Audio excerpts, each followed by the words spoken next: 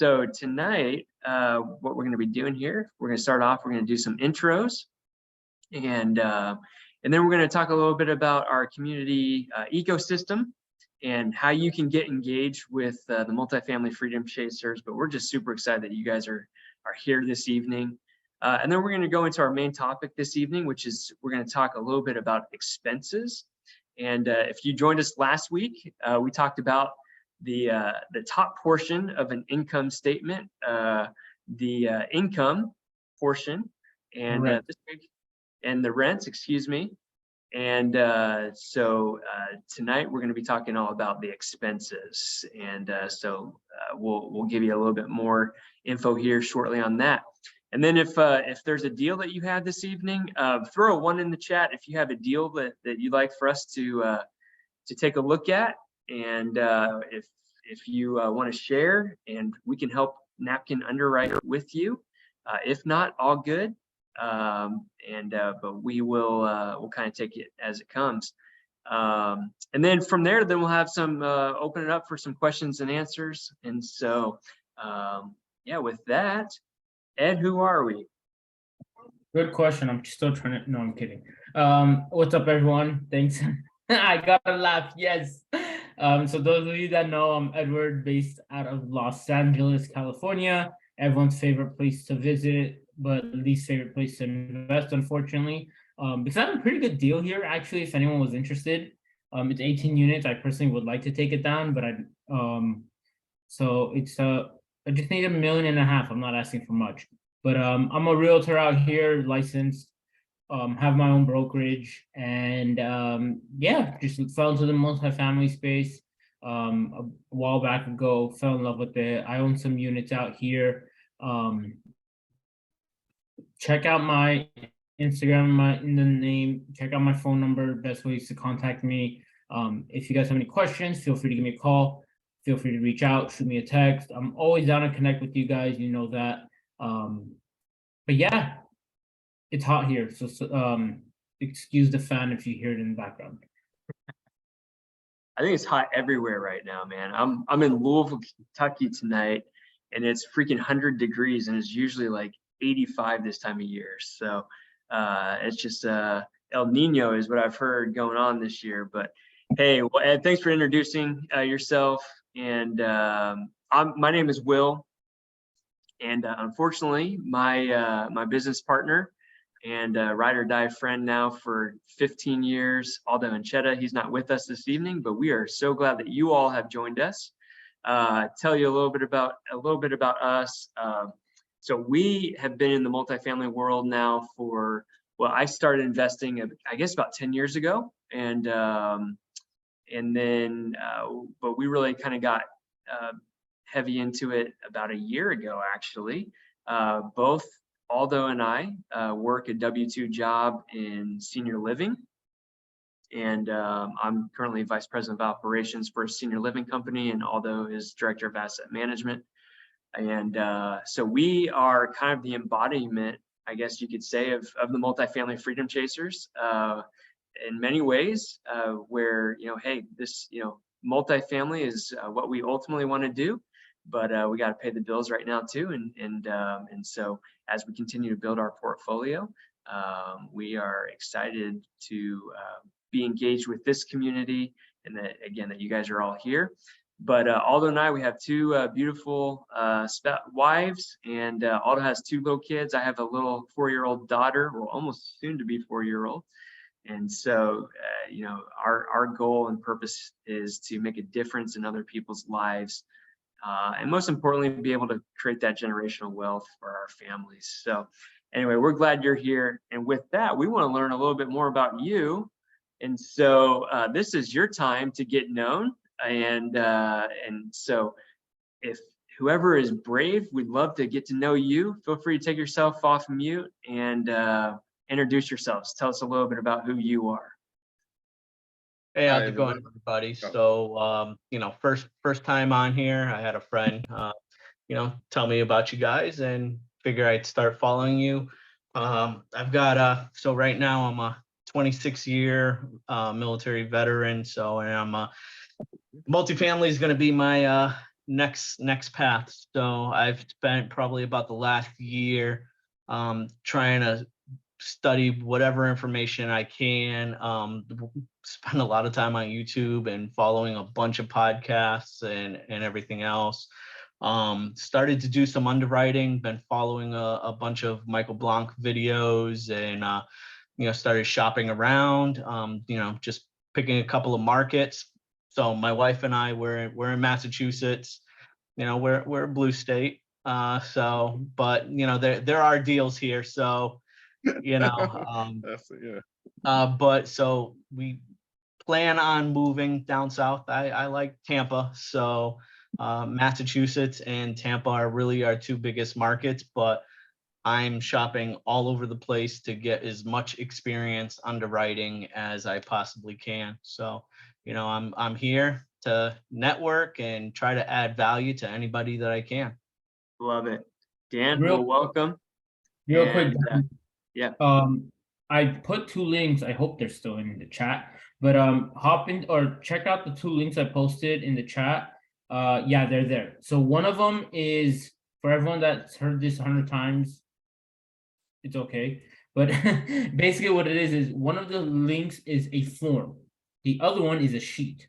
The form gets transferred to the sheet. Now, what the form is you put your information, obviously the information you're comfortable sharing, and what it does is it fills out that form and it fills out another line item. Essentially what that is we're trying to make it people accessible in the community. And why we do that, because not, as you can see, we have a lot more people on that list than we do on this call.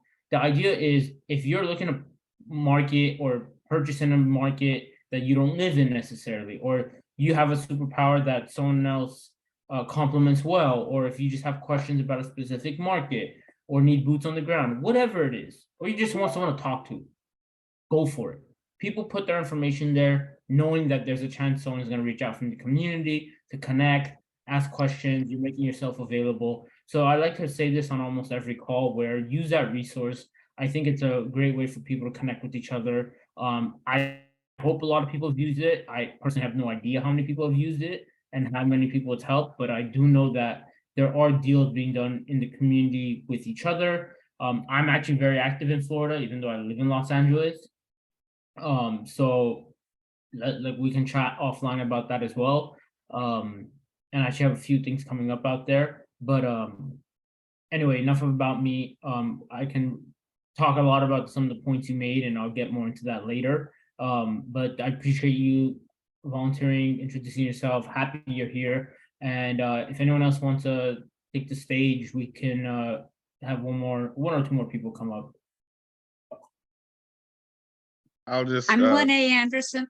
Hey, Okay, Lenny. cool. Hi, Lynn. Should we both speak? You go first. Ladies Okay. first.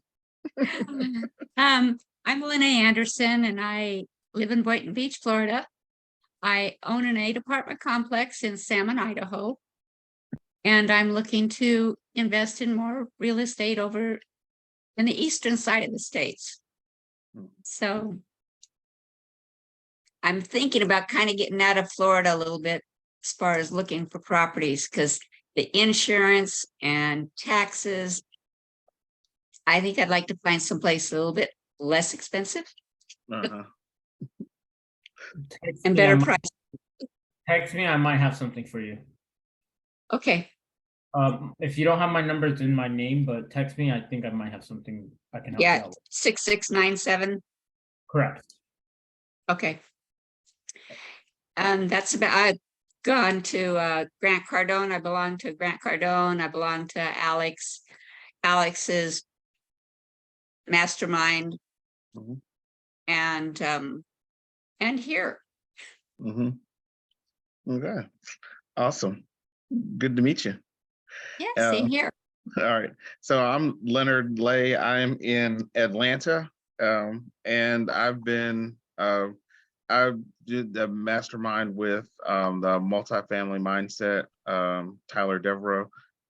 But I've been working on doing underwriting, trying to I know they keep saying, oh, you got to underwrite like 100 deals before you find one. So I'm working on trying to get to the 100.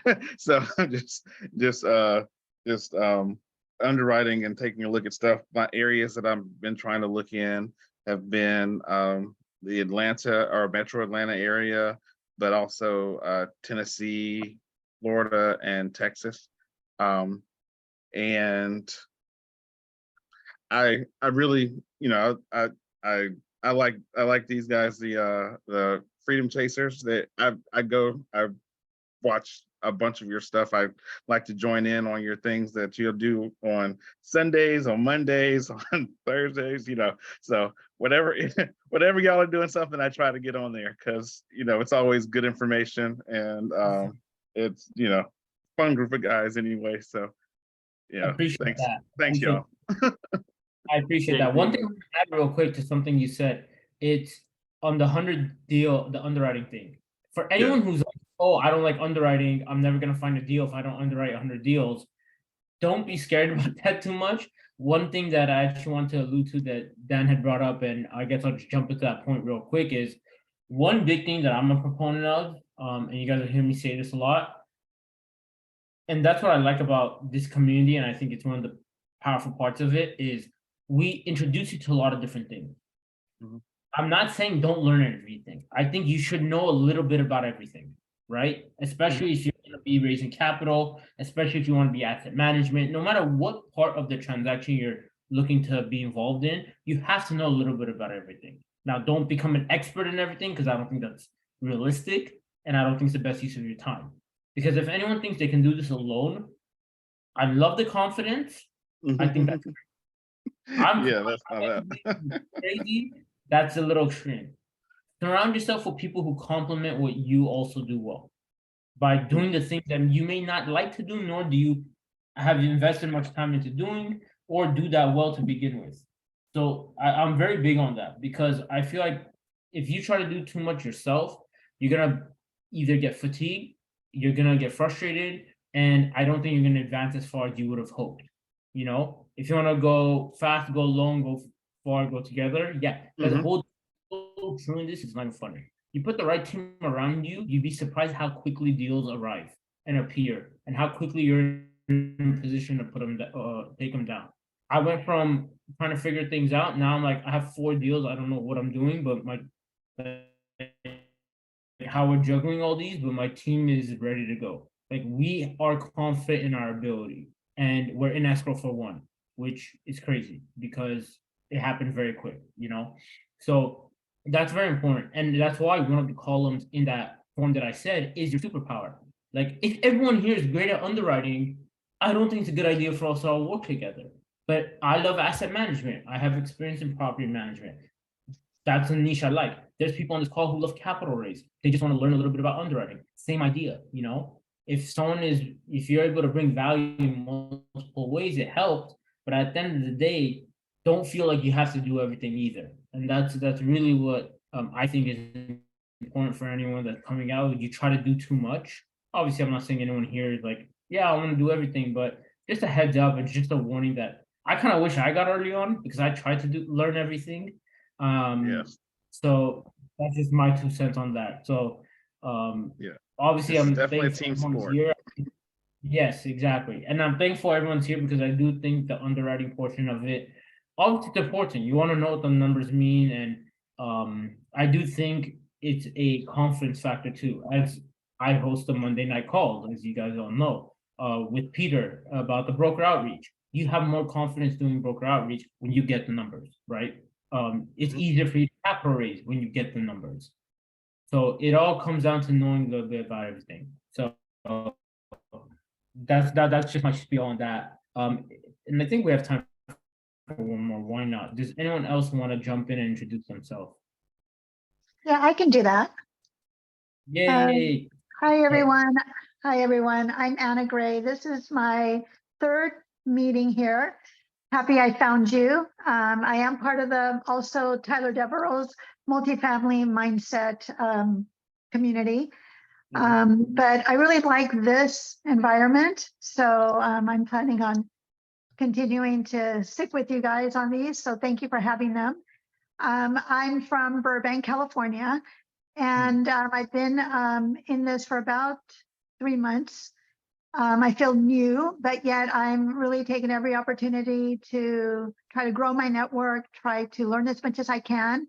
I work full time for a large school district in LA, and I manage about a $15 million budget for registered apprenticeship programs. It's the largest network of registered apprenticeship programs in the state of California. And that's what my daytime job is like.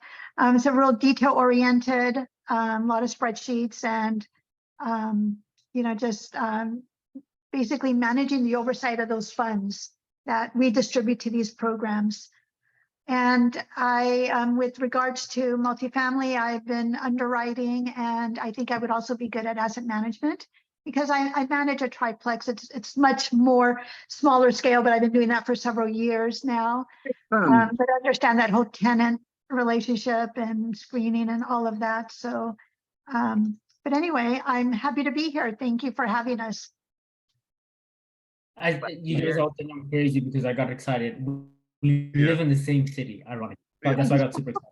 Well, we're gonna have to meet, Edward, and I think I heard you say you have a $1.5 million deal. So I'd like to hear what that's all about. So offline we could talk about that. 100%. Let's do it. So one thing I wanted to add to that. See, what I love about these introductions is you guys all kind of like mention things that gives me kind of like a segue into different things to bring up real quick. One important thing you said, it's like, hey, asset management is something I'd be great with.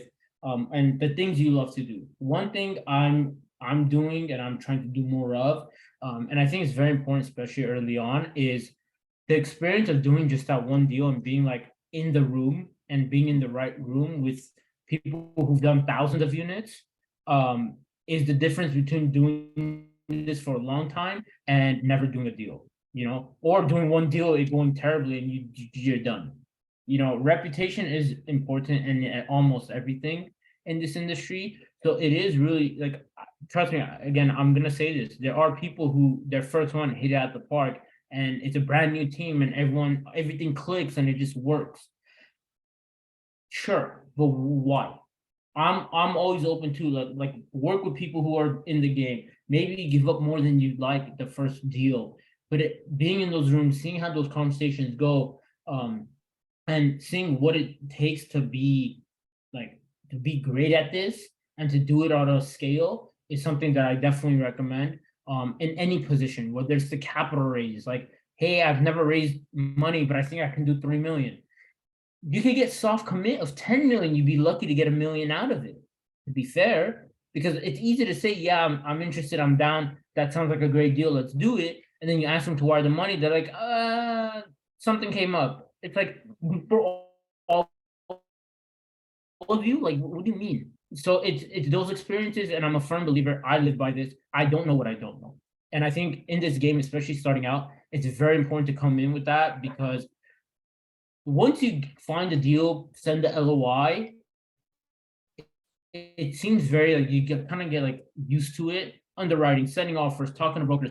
And then when they say, oh, EMD and PPM and risk capital, you're like, oh, this is real now. Like when someone on the team says, hey, we just deposited $175,000 and we have a $10,000 expense coming up and a $20,000 inspection coming up, and all these fees start adding up, and you're like, we're in it $250,000 and we haven't even like done anything yet. It's scary, it's intimidating. So that the whole topic is don't be scared to partner with people and work with people who've done a few of these. Damn, that took long. That was fun. I like that. I like talking to you guys. This is fun. Thank you for the participation. I feel like we can do this the whole time. Like, there we go. Well, Ed, let's talk a little bit about our kind of Freedom Chasers community, the journey. So you want to kind of walk us through this here? All right. So this is a lot of actually, this is a good segue technically. So as you guys can know, we don't charge anything, even though I'm trying to get us to put like a Venmo link before you guys all get on the Zoom. No one agrees, but it's fine. It was just my link. But essentially what it is this is a place for you to come for free education. Like you could go to YouTube, but you can't really ask the video a question. We're here, we're available, we put our numbers and contact information out there. So what we're really trying to do is what works for you? What's your pathway to entering the craziness that is multifamily real estate? And it may not be for everyone. Like, for example, the first one, it's amazing, it's good to know something you can even just be an LP in, you know? A lot of people, even the Freedom Chasers is really based off of people with W-2s who are looking to invest and looking to get out of that and break that. But sometimes if you're either really good or really love your W-2 and it's not something you want to leave, this education will just help you know what to invest in and multiply and have your money work for you. So that is also something that we're not just, hey, everyone has to own thousands of units. You can still be an LP and use this education to properly put yourself in a position to invest for the long term. And then there's also the second one, which is you're active, you're learning how to do the underwriting and the ins and outs and whatnot. And you're just going on and trying to get your feet wet and see where to start. And really, it's like the undergrad. I feel like we're like a college experience. You know, you're testing out what your major is, you're figuring out all the different ins and outs, you're getting the general education. And then if you want to go to the master's, which is like higher education, paid programs and mentorships, we do also offer that with preferred partnerships. People we vetted, people you guys have seen these Sunday calls. If it's your first time or you haven't been on them or you obviously missed them because you didn't know about us, go to the YouTube page. All of them are on there. A lot of great calls. I recommend them. There's some that I've rewatched multiple times, to be honest, just because you get a lot of value out of it. It's people who have done a few deals, people who specialize in different parts of the business and have shown their struggles. So Will's gonna play this video, kind of gives you an idea of what that preferred partnership is like. And these are just things we offer to benefit you guys.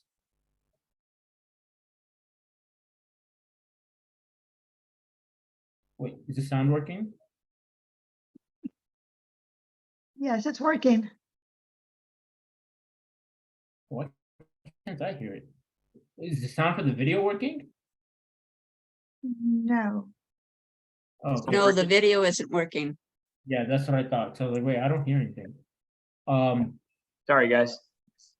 I could hear it, but I guess you guys can't. Put it in the chat and then we can just, you guys can watch it. All right, perfect. I will do that. Spend too long, or we'll play it at the end if we get the sound to work. I think that'd be easy. But I do recommend it. Definitely check it out. It is something that's gonna allow you guys to level up, take that next step. And we've actually had a few of the people come into these Tuesday calls as well. So and throughout the week. So that's just something that we're offering. The information will be in the chat. So check that out. If you have any questions, Trevor or any of the guys will be able to help you out with that. Or reach out to us and we'll direct you to the right people. Cool. All right. So so this here is just kind of the ecosystem, or kind of the various Zooms that you can get engaged and connected with us. And it all starts on Sunday night with our activation Zoom, and that is with the OGs, the ones that started this all, Trevor, Marcel, and Victor. And I see that Victor N to the G is actually with us this evening. So good to have you here, Victor. But that is just an amazing Zoom where they have a lot of high-profile investors that come in and really get us excited about the upcoming week and get us excited about taking action. And so definitely want to join Sunday nights at 8 p.m. And then on Mondays, you have Ed and Peter, and talk about talking to brokers and and how to get them on your team and how to get some deals done. And then of course on Tuesday night we have the Napkin Underwriting Zoom with myself and Aldo and Ed, and this is where you learn how to vet out deals. And then Wednesday nights, on alternating nights, we have the Miles family, and definitely a great Zoom to join, where you kind of learn about the debt market and what's happening, and always a lot of information. But when you are ready to really level up and you feel like you have napkin underwriting kind of down, then you have the master, the ninja, Mr. Victor into the G does his advanced underwriting Zoom, and that is a phenomenal Zoom that I would definitely recommend that you take advantage of as well. So again, these are just different ways, different Zooms. These are all free of charge to you. And we hope that you can gain some value from these Zooms. So here's our contact information. This is how you can get a hold of us. I also have my phone number in the chat, so or in my my handle here. So feel free to reach out. We'd love to connect with you. If there's any deals that you guys want for us to take a look at or help you with, let us know. We'd be happy to do that as well. So. Well, with that, we're going to go into our main topic tonight, and Ed is going to talk to us about expenses and what we should be looking for, what's important. And so, Ed, please take it away. Don't pay them. Topic done. No, nice. I love it. You guys are just sharing me with laughing at my jokes. This is great. So there's a lot of things on the expenses side that are very important, and I have a few things that pulled up here that'll allow me to show that instead of just explaining it. And it's funny because of earlier someone mentioned the Michael Blank calculator, and that's kind of where I want to show it.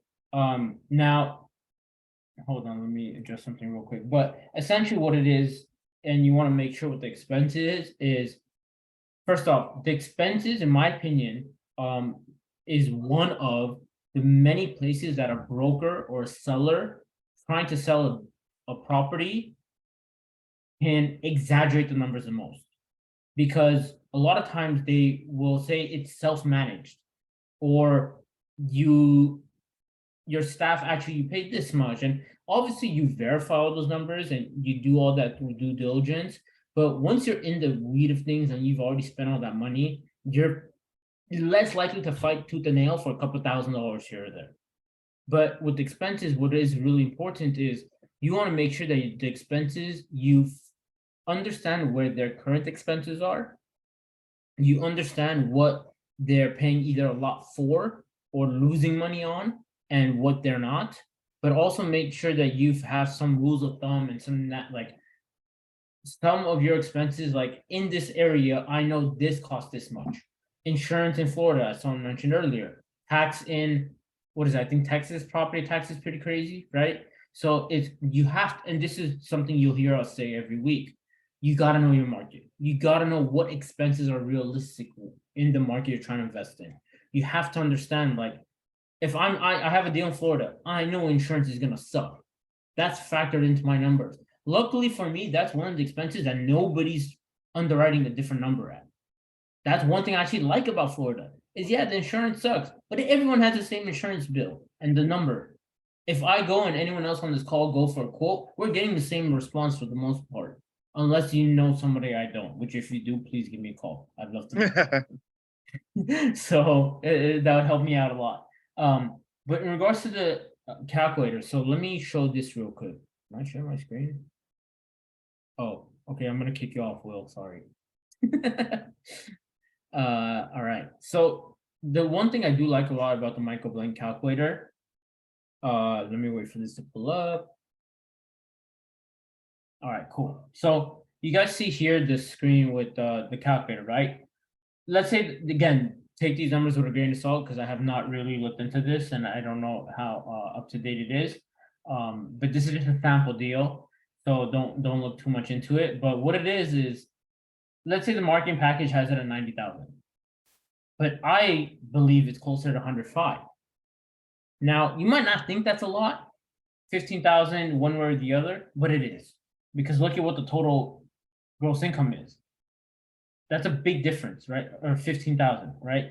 And you want to make sure that, hey, one big factor of all this is also any marketing package you see where the tax number is exactly the same. from their current to what they project and say the market is, or the pro forma will be, please ask the question, is that based off of the purchase price? Because if they say no, and that's the current, you've already like the underwriting is already wrong, because your taxes are going to get reassessed. Also, important thing to know is make sure you know when and how reassessment works in the market you're looking to buy in. It is different everywhere. Why? I don't know. Don't ask me. I have no idea. It is what it is. Everywhere has different rules. Know where you're investing. Don't assume the same for any two counties, yet alone any two states, in my opinion, because again, those are huge numbers and huge swings that can change a deal. There's some cool strategies I know that I can get into later if we have time, but it's really important to make sure that you're on top of your expenses in that sense, where you know what is currently an expense. Because look, I'm gonna be honest, if your expenses at your underwriting are going down, you better have a good reason. Like you better be able to really say they are not doing XYZ. This is why my expenses are lower. Another thing, actually, this is important too.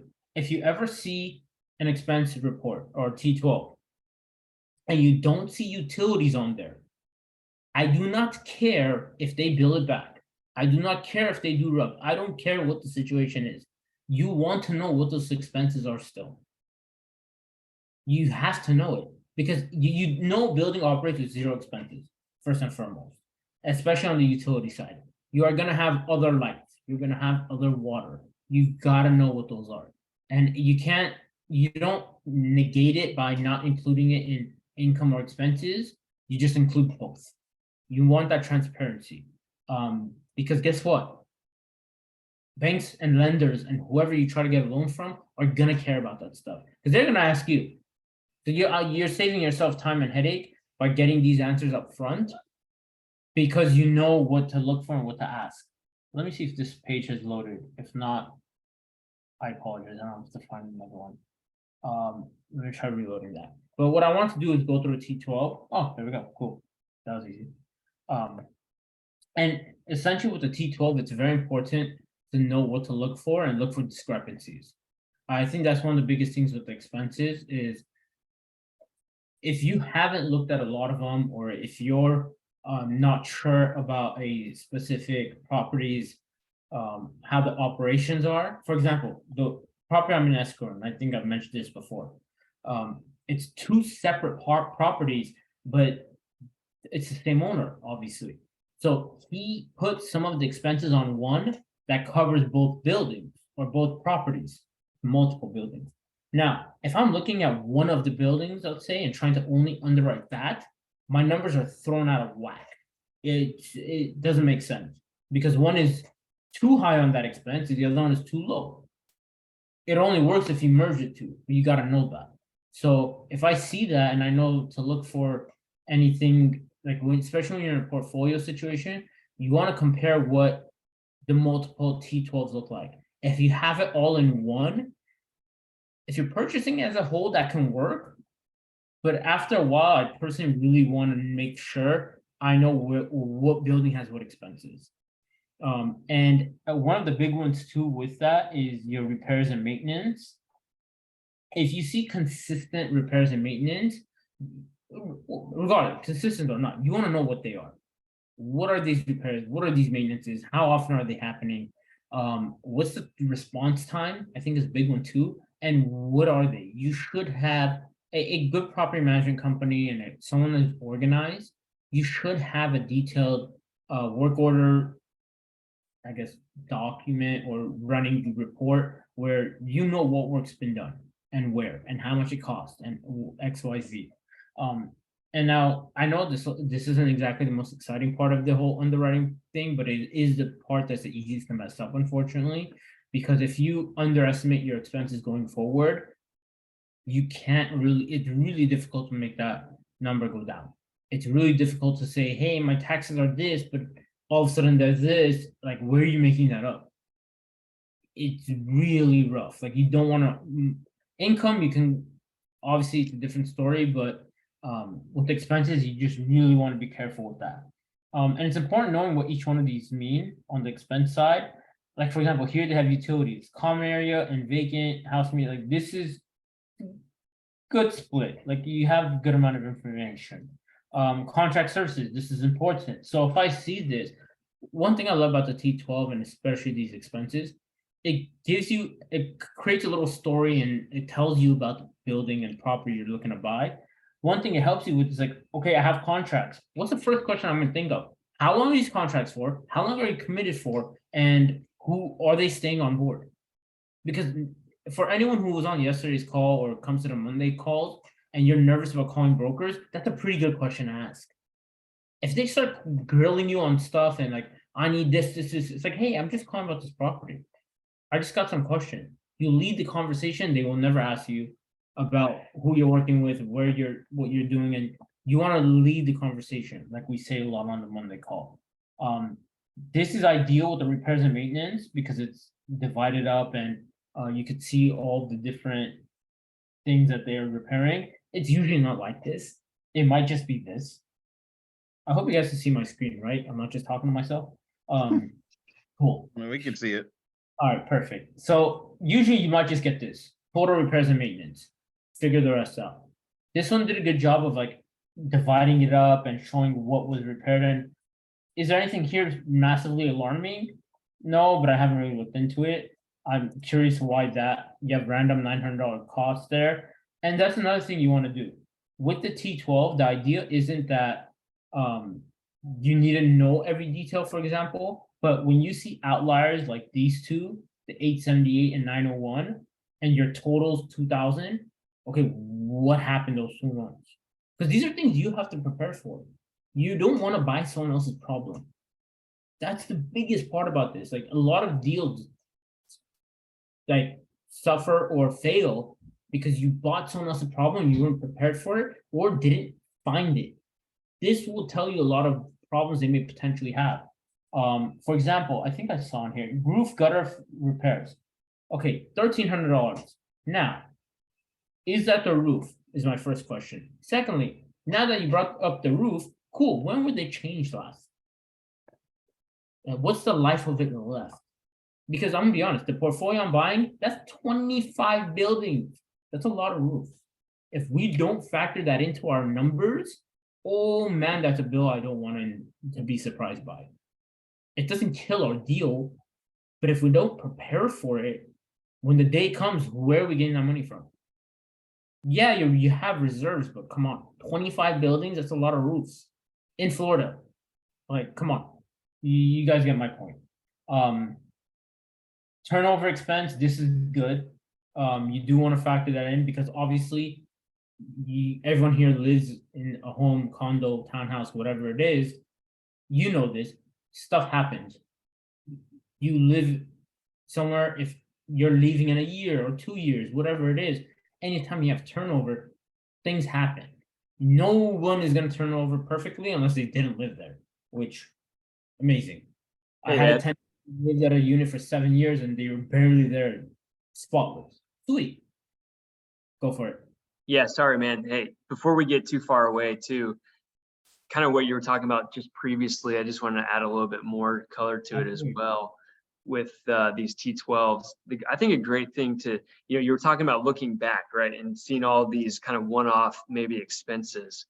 I think something else to really kind of look at as well is oftentimes right before a seller is looking to sell this asset, there are times where they'll try and make these numbers look really good in the T3 in the last trailing 3 months, and maybe not put some of the expenses in there that typically they would have. And so I think, when you look at this full T12, really look for those trends as well, and see, because they will try at times to really make the T3 look much better than maybe what the actual performance is. And so again, just to your point, Ed, of looking back and seeing maybe some of these one-off expenses, also looking for kind of what's the average, spend for each of those line items, over the past 12 months, and has that changed recently in the last 3 months? And if so, you should be asking yourself, why is that? And then that's another great question you can ask the broker or the seller or whatever. So anyway, just want to add that. Yeah, and it's funny because on T12 you'll see when a seller decided to start selling, like they thought about selling, or they spoke to a broker that's like, maybe you should try to improve these. It's really funny. Another way to notice that is if you look at a rent roll and all of a sudden the rent turnover or units getting rented out or renewals all happen around the same time. Put two and two together. So that's a great point. I appreciate that. Just a few more things on this one real quick. Marketing, this is actually an interesting one because if you're spending 7,000, what's the return on that? Like this is just more of general like curiosity, I guess. Because remember, is this a place you could save money if you have someone boots on the ground or local that's a little more experienced, or you have a property management company you trust that says, hey, we don't need that, or our budget would be X instead of this, whatever the case is. Remember, and I think Robert Martinez said this on one of the calls, guys, go back, watch the Robert Martinez one, come back next week and tell me what this number is, because like every dollar in NOI equals X dollars in the big picture. I never remember it, but you guys will hear it a lot on his call. But it's true. You know, every dollar you save or make on your towards the bottom line, it's just the higher valuation your property is going to have when you sell or refinance. And remember, we're all in this to serve and help and make sure we keep the promise to really only one group of people. That's investors. If you do right by the investor, everything else falls into place. Because your deal does well if they are happy. They're happy when the deal does well. They're happy when you exceed your promise and over deliver. If your investors leave the deal happy, there's a good chance you did too, because at least you know you have investors for the next one, right? That's really big and something to keep in mind, because at the end of the day, if anyone thinks you're gonna make it doing just one deal, I really hope everyone here is trying to do more than that. Because sure, one deal could catapult you into doing a lot more and owning like 100 units can turn into 500 overnight. But the idea is that the best clientele, which investors are essentially your client, is repetition, referrals. You want repeats, and that all comes down to your performance. And that's why it's so important on who you work with and not screwing up that first one, to be honest. Especially if you're putting your family or friends or whoever's money into the deal as your investors, because it's usually who is most likely to invest with you. I've actually heard this piece of advice: don't have your family and friends invest with you on your first deal. And I'm not saying you have to live a full 5-year cycle, which is the average for these, but at least go through enough of it where then you can bring them on board. Obviously, I'm not saying everyone has to live by that, but that's just something that someone told me recently, and I thought it was interesting. But obviously, that's just an opinion, you know. So last thing on the expenses real quick, it's really important to see what the total percentage is. For example, here your total operating is at 40%. Now, going back to this Michael Blank calculator, there's something really important to keep in mind with it is, did my expense percentage decrease only because I increased my income? Or did it decrease because I actually decreased the number and the cost and the total of my expenses? Two very important things. If I add 50% when I buy, but 40% after a year, 2 years, let's say, did I really improve the number or did I just increase my income? You want to make sure you're doing a little bit of both. And also, there are some expenses that increase as your occupancy increases. As your income increases, property management companies pay usually the percentage based. Keep that in mind. You know, going back to the taxes thing, it's really important to make sure that when our taxes being assessed, how long is my insurance for? Is it going to go up again? It's really important to make sure you're aware of all this. But the last thing you want on a deal is a surprise. Everything else we say, like the most important thing is to just really make sure there's no surprises. And that's why the T12 and the due diligence and combing through those is so important, because the last thing you want is a year, 2 years, 3 years in, things don't go, something went wrong, you know, you didn't account for something. So yeah, it's kind of my spiel on the whole expenses thing. Does anyone have any questions, anything else they want to add? Hey, Ed, I have a yeah. question, maybe that some people are asking or thinking to themselves. So, you know, when they're trying to do some napkin underwriting, okay, what percentage should they be targeting based on asset class, or, you know, kind of what is a typical norm for expense percentages, you know, so maybe if you want to speak into that a bit. All right, yeah, definitely, that's a good question. So as I'm happy we'll mention, asset class is a big component of this, and not necessarily asset class of the area, because that's just based on location, but asset class of the building. Obviously, common sense, older buildings, you have more problems. A higher turnover, or basically areas where you need more.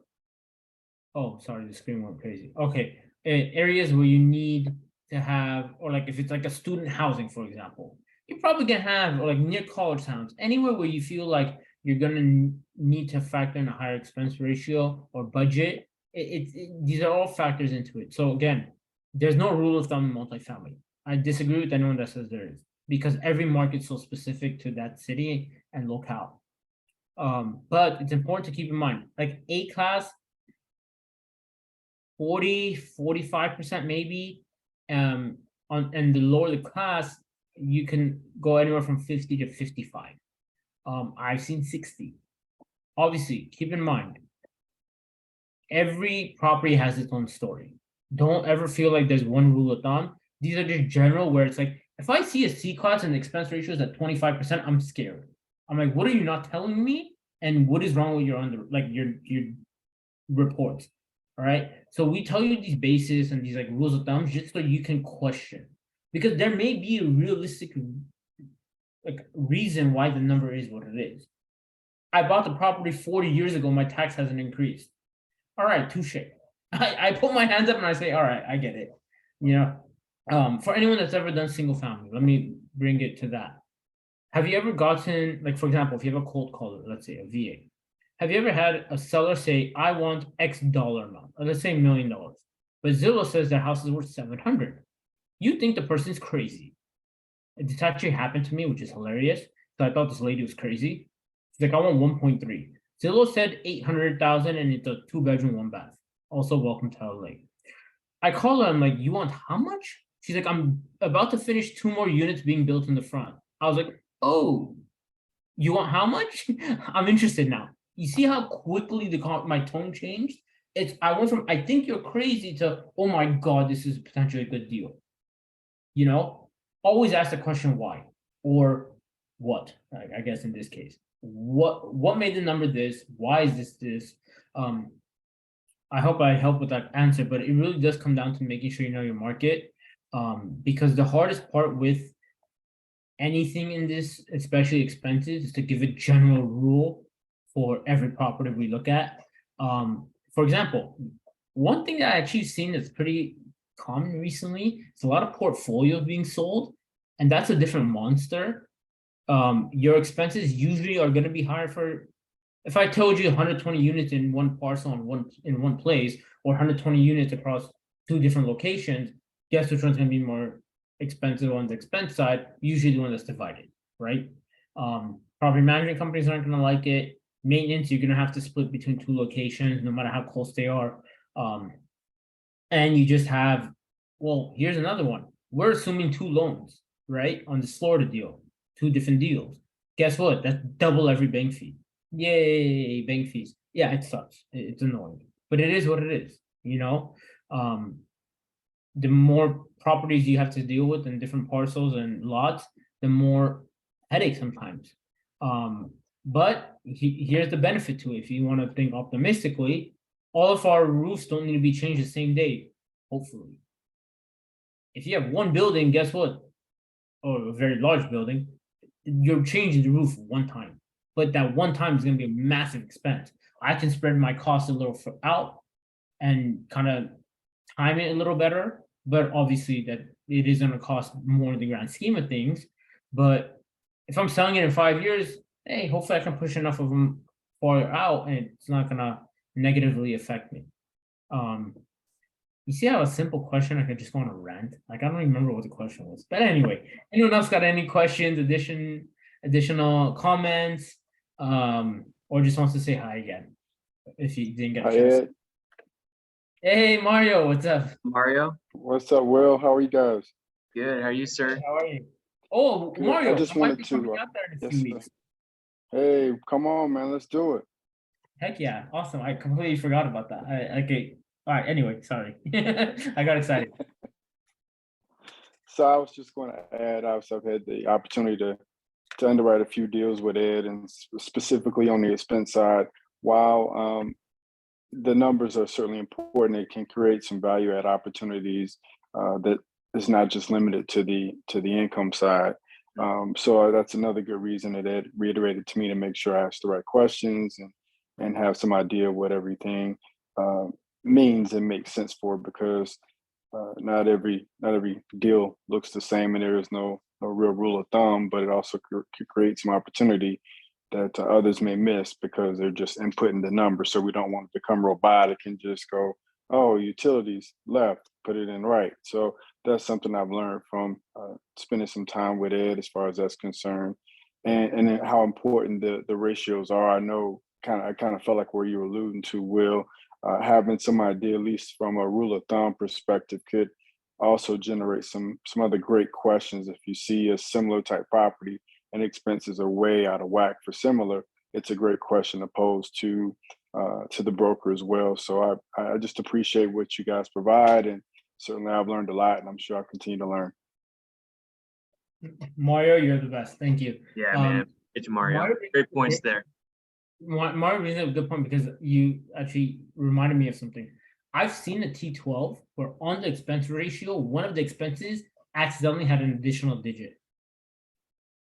Think about how bad something looks when it's a new, like every month it's like, let's say 1,100 across the board, and then all of a sudden you see 11,000, you're like, what the heck happened?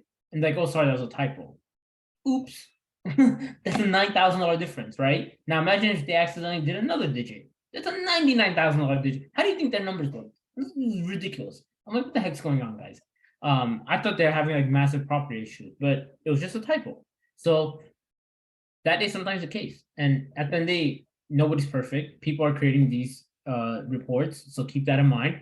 And always, always, always, always make sure that you can, anything that doesn't look right, make sure that the seller can verify through documentation, receipts, reports, whatever, billing, I don't care, whatever it is from the city, make sure you can verify these numbers. And I know it's tedious and it may get crazy and it gets busy and it sounds like a lot of work, but you're doing this once you're kind of further along the line through due diligence and stuff like that. Like, but just be curious about it. Hey, are these things available? If not, can you make them available? If they need an LOI to make that happen, that's fine, send it. But just know in the back of your mind that that's something you have to verify. Don't, again, like I said, brokers, the sellers, they're just trying to get as much as they can and get the deal done. You want to make sure that you cover your bases because you have to live with the problem. Well, Mario makes a good point too. You know, if a property is being mismanaged and their expenses are maybe abnormally high, there is an opportunity there to provide some value add just with some better operations. And so valid point, great point, Mario. You know, that's those are fun properties to take a look at sometimes because there's just some really easy money that you can make on a property if you just manage it a little bit better. And so valid point, great point. So. And to wrap this all up, if expense sheets didn't look good, if there was an opportunity in the expenses, if there was an opportunity in the income and rent, what would we be looking for?